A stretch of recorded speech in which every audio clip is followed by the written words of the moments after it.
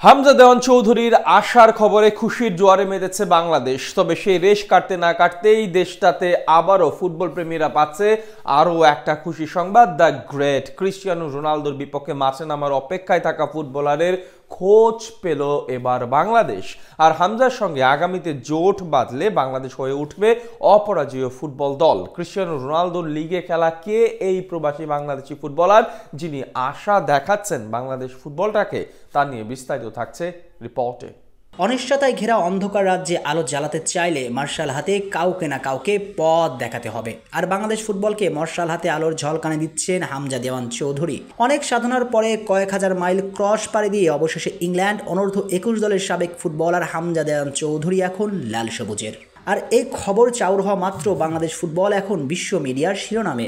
এটাই আসলে চৌধুরী সাহেবের ইম্প্যাক্ট। আর তাতেই কোনো সন্দেহ নেই, বাংলাদেশি প্রবাসী ফুটবল তারকা যারা মাতাচ্ছেন বিভিন্ন দেশের লিগ, তারা আগামীতেও হামজার পদাঙ্ক অনুসরণ করবেন। আর হামজার পদাঙ্ক অনুসরণ করতে চলা প্রবাসী ফুটবলারদের তালিকাটাও বেশ লম্বা। আর এই তালিকার নতুন সংযোজন দ্য গ্রেট ক্রিস্টিয়ানো রোনালদোর বিপক্ষে মাঠে নামতে চলা 19 বছর বয়সী রিকোতো হাশিমোতো। এই তরুণ মূলত এশিয়ার ফুটবলের পাওয়ার হাউস জাপানের টোকিওতে জন্ম নিয়েছেন, জাপানে বেড়ে উঠেছেন এবং জাপান যে ওয়ান লিগের ক্লাব ভিসেল কোবের হয়ে বর্তমানে খেলছেন। রিকোতো প্রথাগত একজন সেন্ট্রাল মিডফিল্ডার। মধ্যমাঠে দাঁড়িয়ে বল পায়ে যেন তিনি শিল্প আঁকেন। তার শৈল্পিক ফুটবল জাদুতে বুঁদ হয়ে তার শৈশবের ক্লাব টোকিও ভার্ডির সমর্থকরা তাকে আর্জেন্টিনার কিংবদন্তি ফুটবলার জাদুকর রিকোয়েলমের সঙ্গেও তুলনা দিতেন। যে ওয়ান লিগে টোকিও ভার্ডির হয়ে এই তরুণ খেলেছেন 6 ম্যাচে। এরপর এসেছেন নতুন ক্লাব ভিসেল কোবে।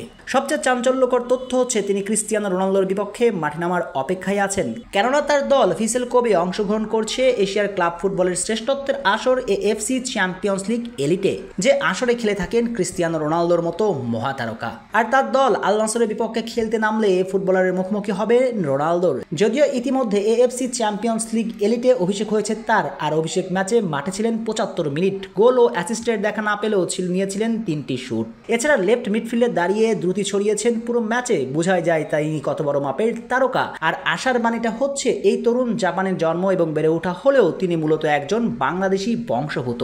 বাংলাদেশের মাটির সঙ্গে তার সম্পর্কটা নারীর, অর্থাৎ লাল সবুজের দেশটার প্রতি রয়েছে তার শেকড়ের টান। কেননা তার মা জাপানিজ হলেও তার বাবা একজন বাংলাদেশি। কিন্তু প্রশ্ন আসতেই পারে, জাপান ফুটবলে এমন ভবিষ্যৎ রেখে বাংলাদেশের হয়ে খেলবেন, তার কনসেপ্টটা কি? বলি, কনসেপ্টটা তো খুবই সহজ। হামজা দেওয়ান চৌধুরী। হামজা চৌধুরী যদি লাল সবুজের মায়াতে পড়ে ইংল্যান্ড ছেড়ে চলে আসতে পারেন, তবে কেন তিনি জাপান ছাড়বেন না। অবশ্যই নারীর টানে দেশের টানে রিকোতো হাশিমোতো লাল সবুজের জার্সি গায়ে মাঠে নামবেন। আর হামজার সঙ্গে জোট বাঁধলে নিঃসন্দেহে বাংলাদেশ হয়ে উঠবে দক্ষিণ এশিয়ার অপরাজয় দল।